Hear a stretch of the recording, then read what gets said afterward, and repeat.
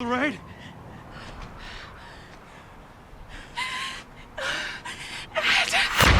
This case, The Devil Made Me Do It case. It was Yeah. an infamous, internationally renowned case. yeah, A trial of Cheyenne Johnson, yeah. which was, I believe, the first time in the history of the court of law in the United States that the council tried to claim.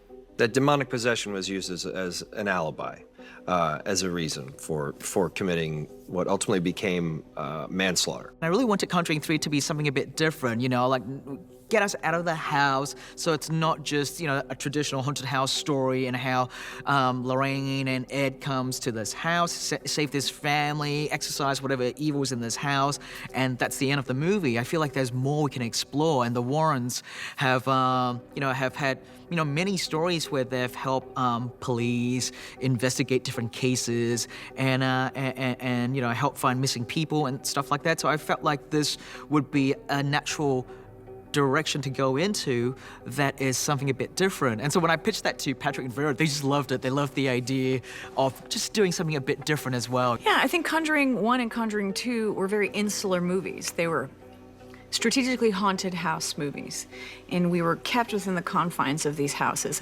And what we could explore is corners of the houses, and the investigation was sort of kept to that space.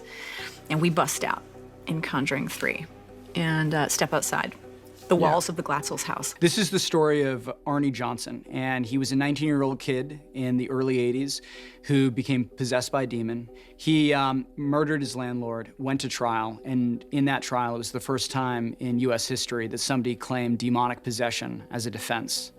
And that kicks off the story. The movie is really the Warrens' investigation, and it begins with them building a case for Arnie to support his possession. And they start to uncover something much darker. I think every character in this script has an interesting story and a story to be told. And this story is based on true events. That's even more captivating. So that's what's interesting about the Conjuring series, is that it's based on true events. And we want to watch that. It's not like a scary slasher film, which those are great as well. But this one, this relates human experiences. And we want to follow the journeys of every character, particularly mine, of course. Would either of you care for an omelet? No, thank you. We had breakfast before we left. I'm Ed. This is my wife, Lorraine. Yeah, these lovebirds met at 16 years of age. And as I understand it, as Lorraine has relayed to me, that it was love at first sight.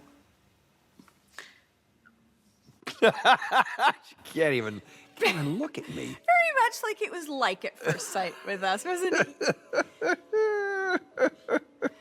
And so, it's really sweet to be able to glimpse that. And there are flashbacks in the film that take you back to that, that very first moment where Cupid just like got out his arrow and bing! Ow. Got this guy. Ow. And we get to see it through these young actors who are so delicious and so charming and really enchanting and who were really into each other. Yeah, it's very sweet. They had beautiful chemistry. Yeah. And you see that very famous story that Lorraine has told over and over again about, the great love of her life. I think the first Conjuring movie, the second Conjuring movie, very, very different from each other.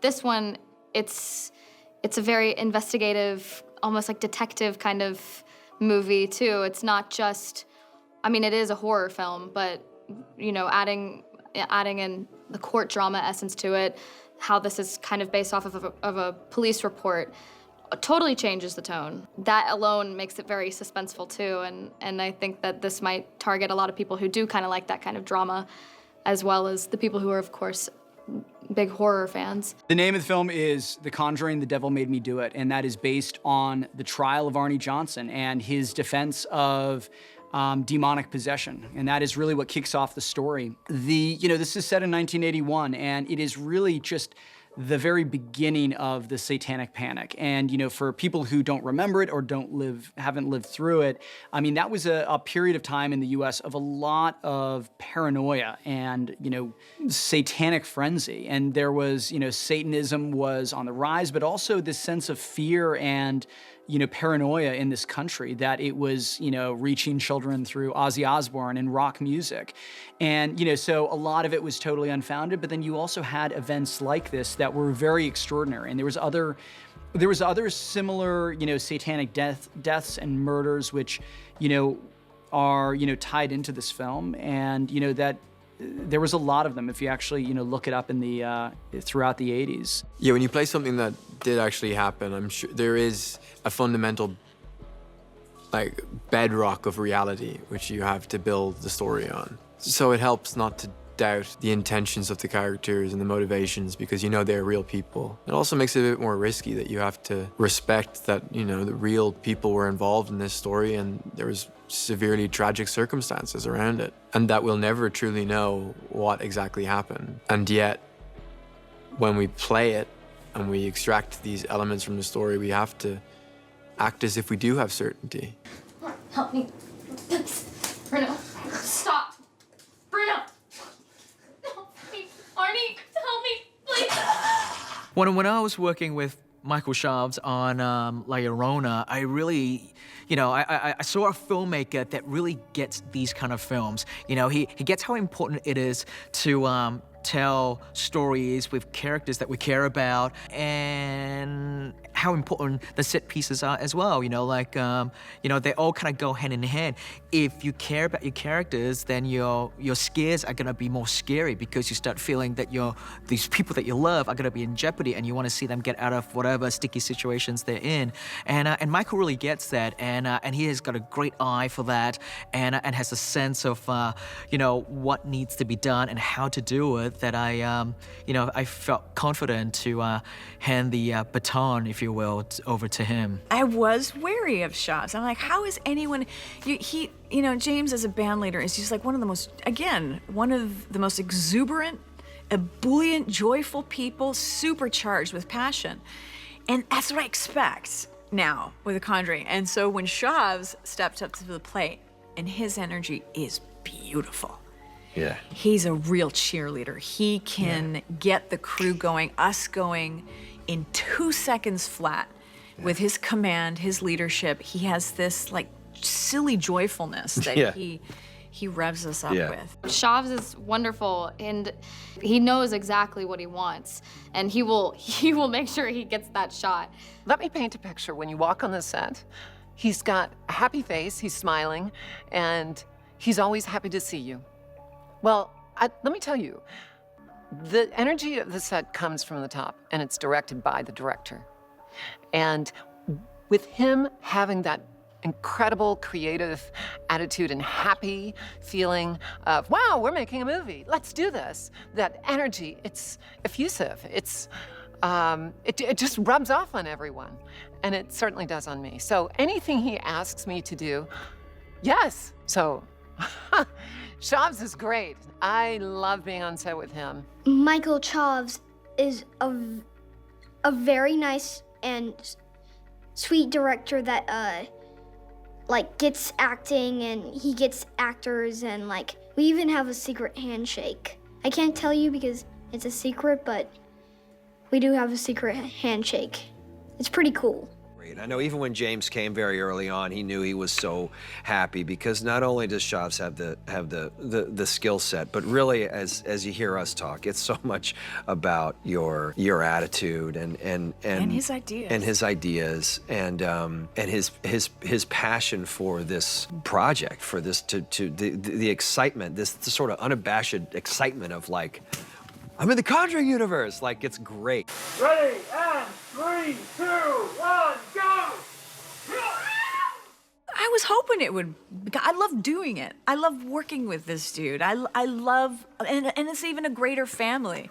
It's the crew as well that's been a part of this journey, and it's a family, and it's nice coming back and checking in with each other every 2 years, because we're all very, very connected, and it's a circus on set, because as dark as what the story we're telling, it's really an affectionate group of people, and there's so much good fun that we have. What really sets this apart and makes it so exciting is, you have You have all of the scares and the terror that you would expect from a Conjuring film, but it is set against this really incredible mystery. And I think it's a mystery that, you know, in a very deep way is tied into what the Conjuring universe is all about. It's scary.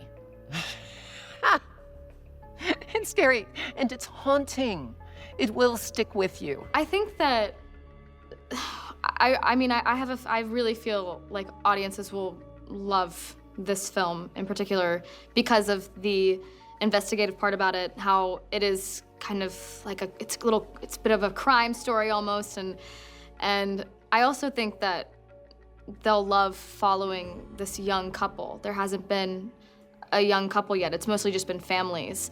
And to see, you know, two people in their 20s go through this together, a very young, precious love, I think audiences will love that. At least I will. I think it's the sweetest thing ever. This is a movie that's a roller coaster. It is scary as hell. And I think it's also a story that, you know, takes these characters into places that we haven't seen before. I think that, you know, with any story that, you know, carries across a series of films, I think that, you know, you want to see these characters pushed. You want to see them, you know, taken to their boundaries and really challenged. And I think that what this does for the Warrens is, you know, very unique and very exciting. And, you know, the emotional journey that they're on, you know, and what ends up happening to them in the end is very exciting. Within the first few minutes, I think you'll know you're in for a much different ride than you've been on in other Conjuring films. Yes, it will be scary. It wouldn't be a Conjuring film without being a very terrifying movie. But again, I think the fact that we're in a different location, the fact that it's a big movie. It is a big, expansive movie. With the added action and adventure and. Yeah. And a much different feel. So hopefully, as our audiences grow, they you know, we grow with them. And the thing is, I don't think you have to see the first and the second to be dropped into this world. Yeah, no. If you're discovering it for the first time, you will not have needed that prior That's right. knowledge. It's like an episode of Law and Order.